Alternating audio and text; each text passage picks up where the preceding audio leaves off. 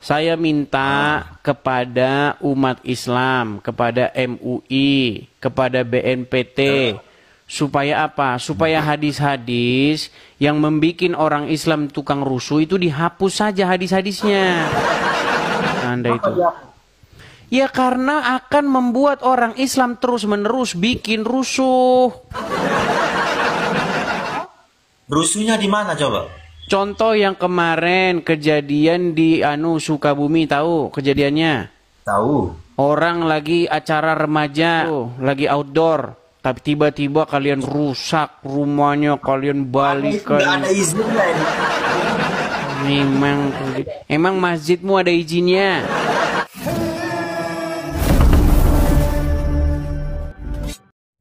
Pasca ibadah remaja Kristen di Sukabumi dibubarkan, kini Bang Edi, salah satu apologetik Kristen, angkat bicara dan membahas persoalan ini bersama dengan salah satu polemikus Muslim dalam Komal Bang Edis TV tadi siang.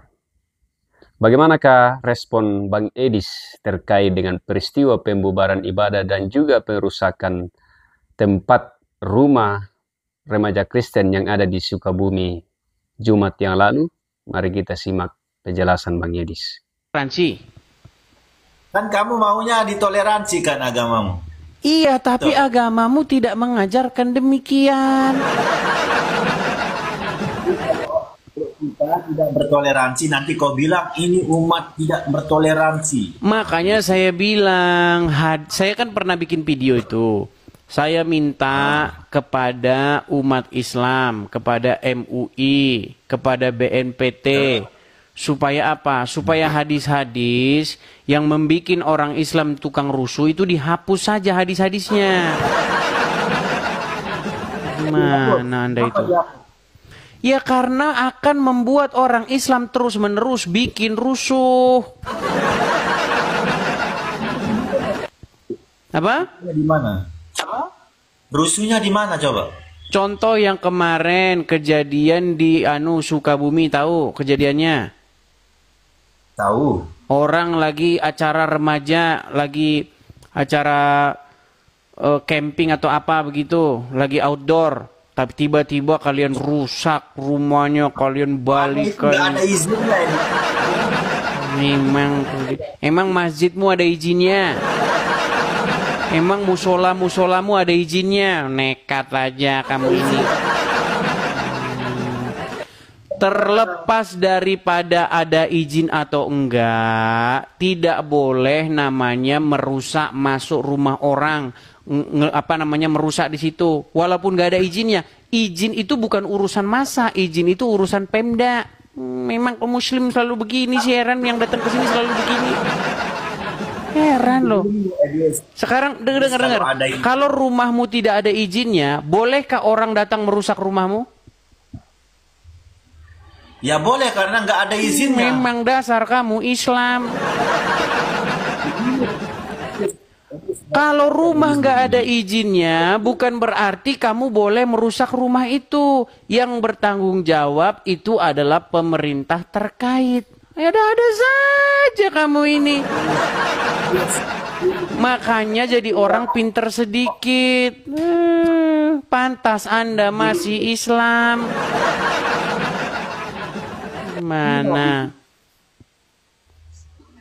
Gimana? Begini Edi, kalau kita mau buat mendirikan apa-apa, kita harus ada izinnya dulu. Betul. Yang kamu bilang itu betul. Tetapi apakah boleh gara-gara suatu tempat tidak ada izinnya langsung main rusak-rusak? Ya boleh, karena kenapa dia tidak mengurus? Boleh, makanya kamu masih Islam. Itu alasan kamu masih Islam kayak begitu. Seandainya kamu warasan dikit, nggak mungkin kamu besok masih Islam lagi. Gimana? Sungguh kamu nekat yang nyata itu namanya. Dengar dulu saya ngomongnya, Dis. Misalnya, kalau saya bangun rumah di tanahmu, boleh nggak? Kamu bangun rumah di tanah saya? Tentu nggak boleh. Di tanahmu. Tentu nggak boleh. Begitulah. Memangnya dia bangun rumah di tanahmu? Itu yang bangun rumah di tanahnya itu warga. Itu beda kasus, peang. Di dalam Al-Quran dikatakan apa? Janganlah kebencianmu pada suatu kaum membuat kamu tidak berlaku adil. Betul? Betul nggak? Betul. Sekarang saya tanya, apakah itu perkara dia mendirikan rumah di tanah orang? Tidak. Itu tanah-tanah dia sendiri, rumah-rumah dia sendiri, kegiatan-kegiatan. Itu bukan kegiatan gereja, itu kegiatan outdoor anak-anak remaja. Tapi izinnya nggak ada, Edis. Buat apa izin acara gitu kok izin-izinan? Kalau kamu pergi ke suatu tempat, main ke tempat temanmu, ngumpul-ngumpul di sana, lalu kamu ngaji bareng, ngapain harus izin-izin? Memang botol. Izin. Yang perlu izin itu kalian kalau nutup jalan nyembah Muhammad, itu yang perlu izin. Kalau mau nyembah Muhammad aja kalian nutup jalan, gelar tikar di jalan. Gelar tikar di jalan. Belok kiri, belok. Senang-senangnya aja suruh orang muter balik. Emang tanah-tanah mbahmu apa gimana? Itu kerjaan kalian. Sholat di jalan. Nah itu kerjaan kalian itu. Kita buat masjid udah ada izinnya, Edis.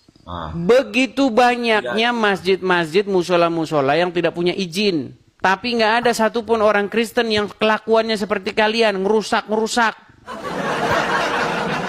Izin perizinan itu haknya pemerintah terkait, bukan haknya orang-orang berbuat anarkis. Memang kalian ini sudah dilahirkan dari zaman Muhammad sana anarkis. Dari zaman Muhammad orang Islam tuh kelakuannya udah kayak begitu. Makanya bertobat kau nggak malu.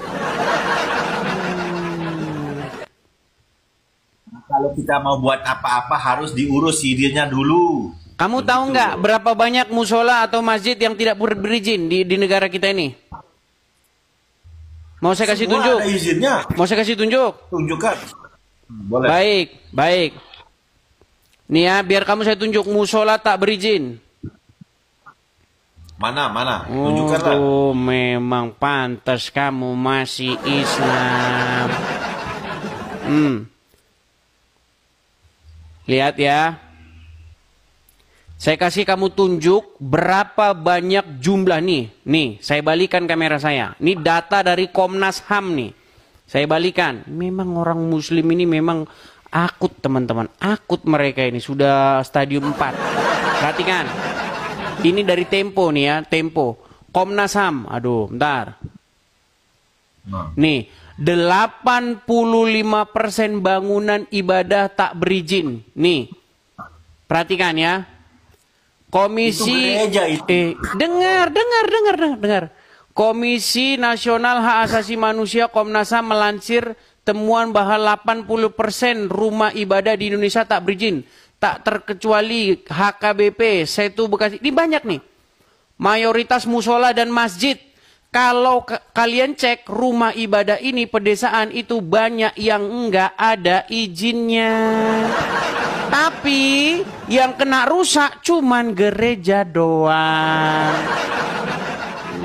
Sungguh kamu botol yang nyata.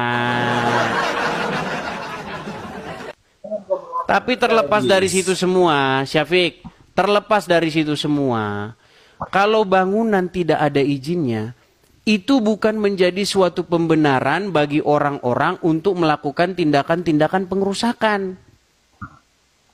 Tapi salahnya itu yang kejadian itu kan yang kita bahas ini tempatnya. Udah gini. Kamu kalau mau warasan dikit, kamu ambil Quranmu, ambil hadismu, panggil tukang loak biar diangkut tukang loak. Kalau kamu udah lakukan itu, maka besok kamu jadi orang yang setingkat lebih waras. Nah. Gimana? Kamu ini menghina. Kok menghina? Coba sekarang, gini. Kalau kamu ambil hadismu, kalau kamu buka isinya, apa di dalamnya dikatakan?